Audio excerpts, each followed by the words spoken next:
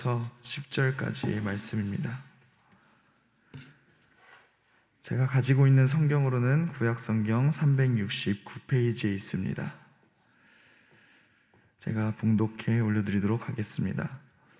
이스라엘 자손이 또 여호와의 목전에 악을 행하였으므로 여호와께서 7년 동안 그들을 미디안의 손에 넘겨주시니 미디안의 손이 이스라엘을 이긴지라. 이스라엘 자손이 미디안으로 말미암아 산에서 웅덩이와 굴과 산성을 자기들을 위하여 만들었으며 이스라엘이 파종한 때면 미디안과 아말렉과 동방 사람들이 치러 올라와서 진을 치고 가사에 이르도록 토지 소산을 멸하여 이스라엘 가운데에 먹을 것을 남겨두지 아니하며 양이나 소나 나귀도 남기지 아니하니 이는 그들이 그들의 짐승과 장막을 가지고 올라와 메뚜기 떼같이 많이 들어오니 그 사람과 낙타가 무수함이라. 그들이 그 땅에 들어와 멸하려 하니 이스라엘이 미디안으로 말미암아 궁핍함이 심한지라. 이에 이스라엘 자손이 여호와께 부르짖었더라.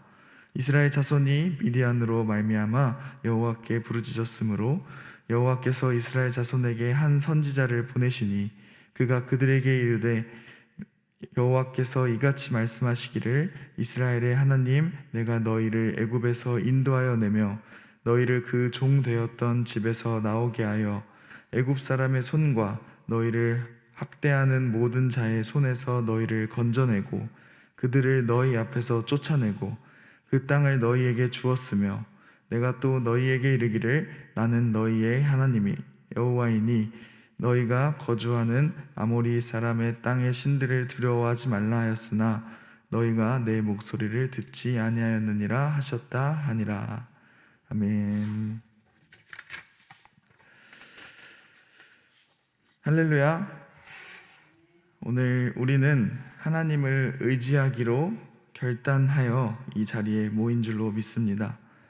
또 기도함으로 우리의 마음을 주님께 의지할 때에 또 위로와 회복이 있는 귀한 시간이 되기를 소망합니다. 오늘 말씀은 사사기의 말씀입니다. 사사기의 말씀은 대부분 이러한 구조를 띱니다. 먼저 이스라엘 백성들이 악을 저지릅니다. 이들이 악을 저지름이라 함은 대부분 이스라엘 백성들이 자신들을 애굽에서 인도하신 하나님을 잊어버리는 것을 의미합니다. 더불어 그 하나님의 구속의 은혜를 망각함과 동시에 교만한 마음을 품어 자신에게 필요한 신, 만들어진 신인 우상들을 섬기는 형태의 악을 저지릅니다. 사사기 2장 11절에서 12절은 그래서 이렇게 이야기합니다.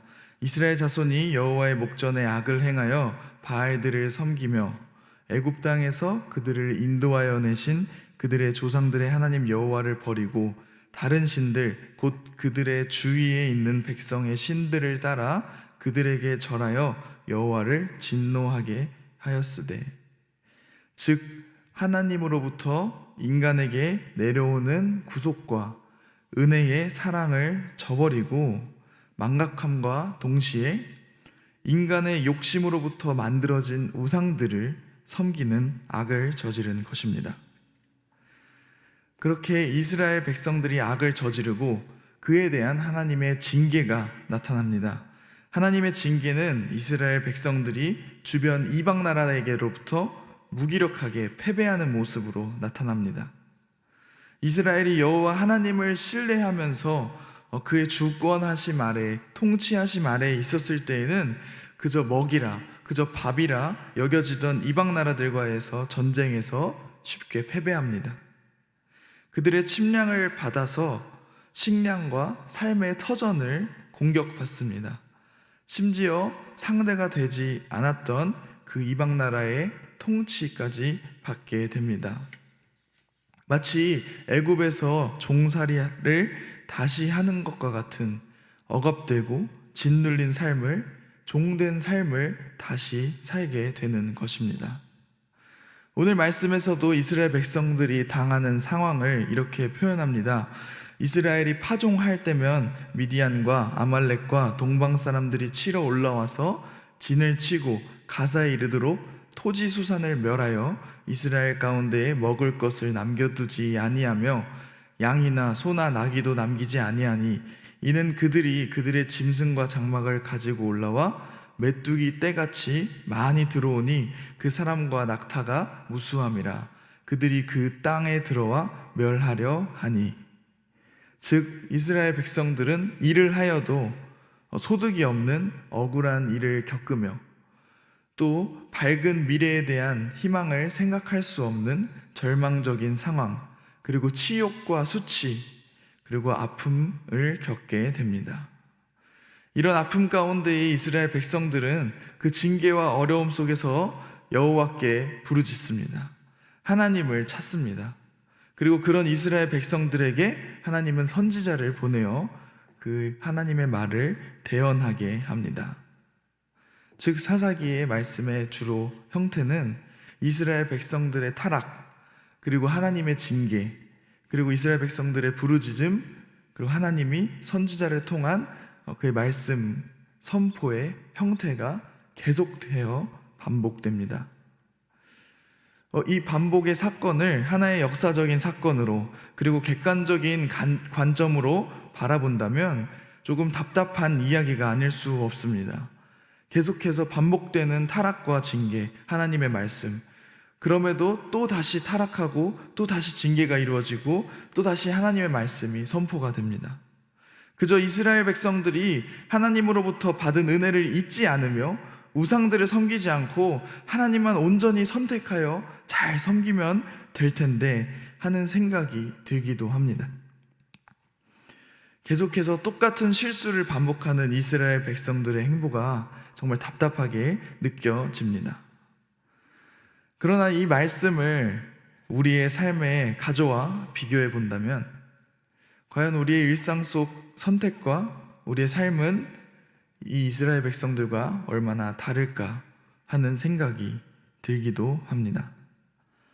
우리의 선택과 우리의 마음은 온전히 하나님만을 섬기는지, 하나님의 은혜와 사랑을 잊지 않고 지내는지, 그리고 예수 그리스도의 십자가 사랑을 삶으로 살아내려고 노력하고 있는지, 아니면 이스라엘 백성들처럼 어느덧 무뎌진 감정과 또 무뎌진 사랑으로 말미암아 내 유익과 욕심을 따라 마음속에 우상들을 만들어내고 있는지는 돌아보아야 합니다.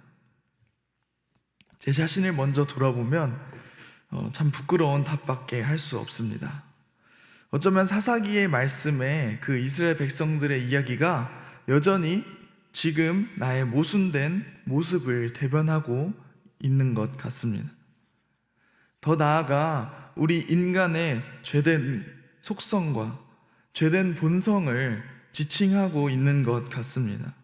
계속되는 은혜와 계속되는 사랑을, 그리고 계속되는 깨닫게 하는 말씀에도 불구하고 타락하는 답답한 행보를 지금 우리도 동일하게 자행하고 있다는 것입니다. 우리의 본성은 하나님과 동행하기보다 욕심과 정욕을 쫓습니다.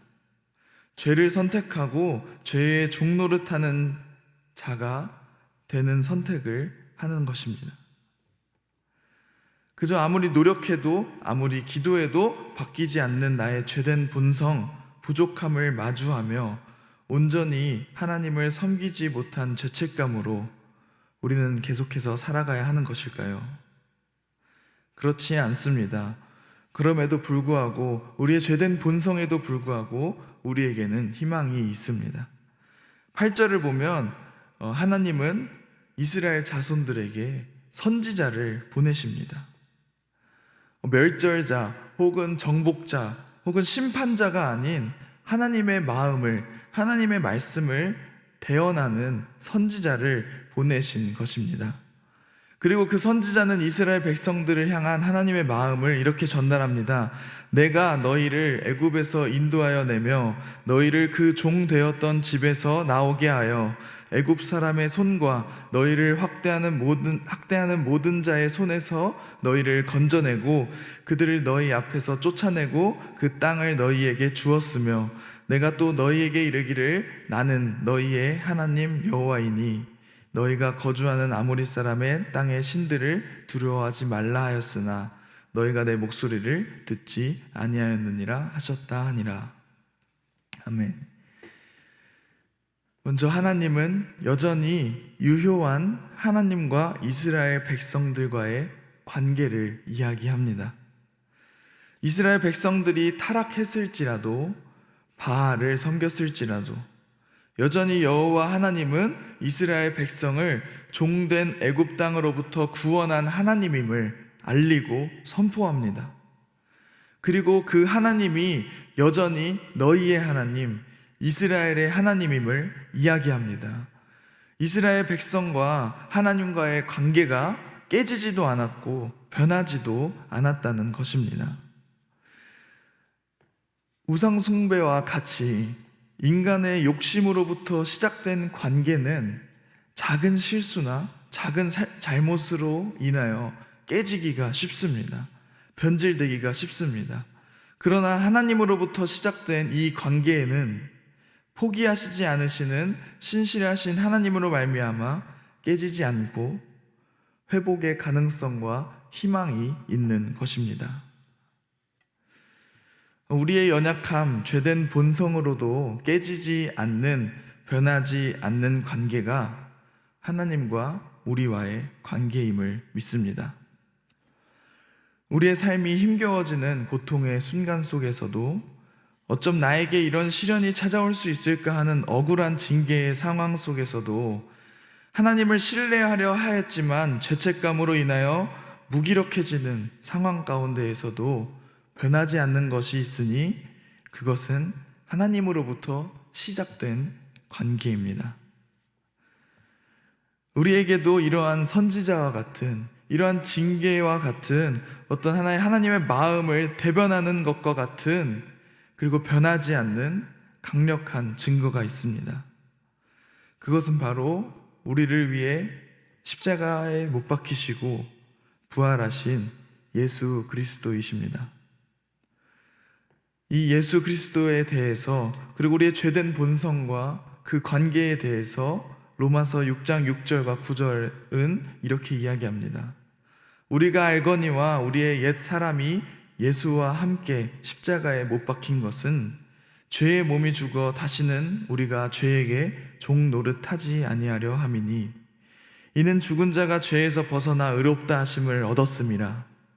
만일 우리가 그리스도와 함께 죽었으면 또한 그와 함께 살 줄을 믿노니 이는 그리스도께서 죽은 자 가운데서 살아나셨음에 다시 죽지 아니하시고 사망이 다시 그를 주장하지 못할 줄을 알미로다.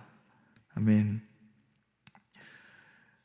우리가 예수와 함께 우리의 죄된 본성을 못 박기로 다짐하며 예수와 동행하며 끊임없이 반복되는 타락의 순간에서 무기력해지는 것이 아니라 부활을 소망하며 여전히 변하지 않는 하나님과의 관계를 신뢰함으로 우리가 힘을 내어 주님과 함께 나아갈 수 있다는 것입니다.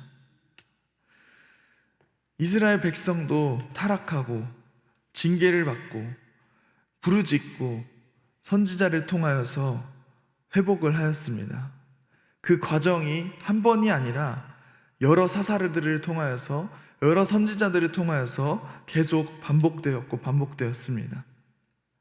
우리에게도 또한 우리의 신앙의 여정 가운데에서도 우리 또한 무기력해지고 우리의 죄의 본성에 굴복할 때도 있고 죄의 종노릇하며 살아갈 때도 있을 것입니다. 그러나 우리에게는 예수 그리스도가 있는 줄로 믿습니다. 그 그리스도는 아무것도 안 한 것이 아니라 우리를 위해 십자가를 지셨고 죽음을 이기시고 부활하셨습니다.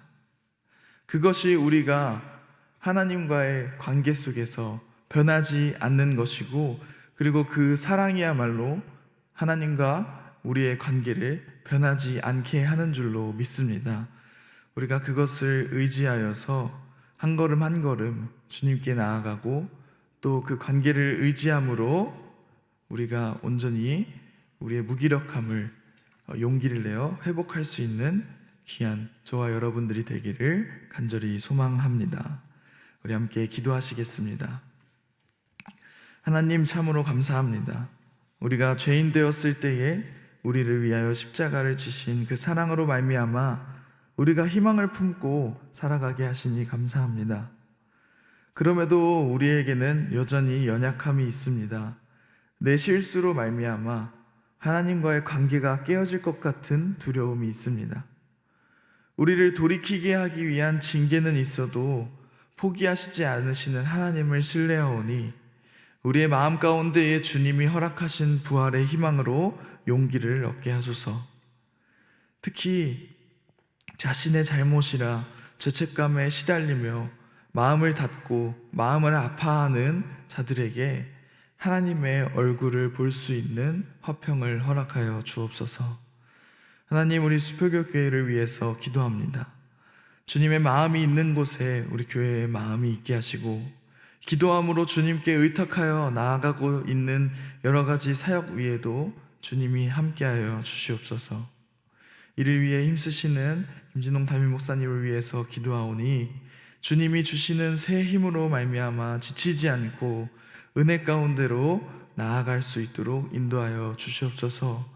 또한 우리 교회 모든 성도님들이 이웃을 위하여 나의 것을 헌신하며 주님이 주시는 용기로 말미암아 그리스도의 사랑과 능력을 마음껏 자랑하며 살아가게 하옵소서. 우리 예수님의 이름으로 간절히 기도드립니다. 아멘.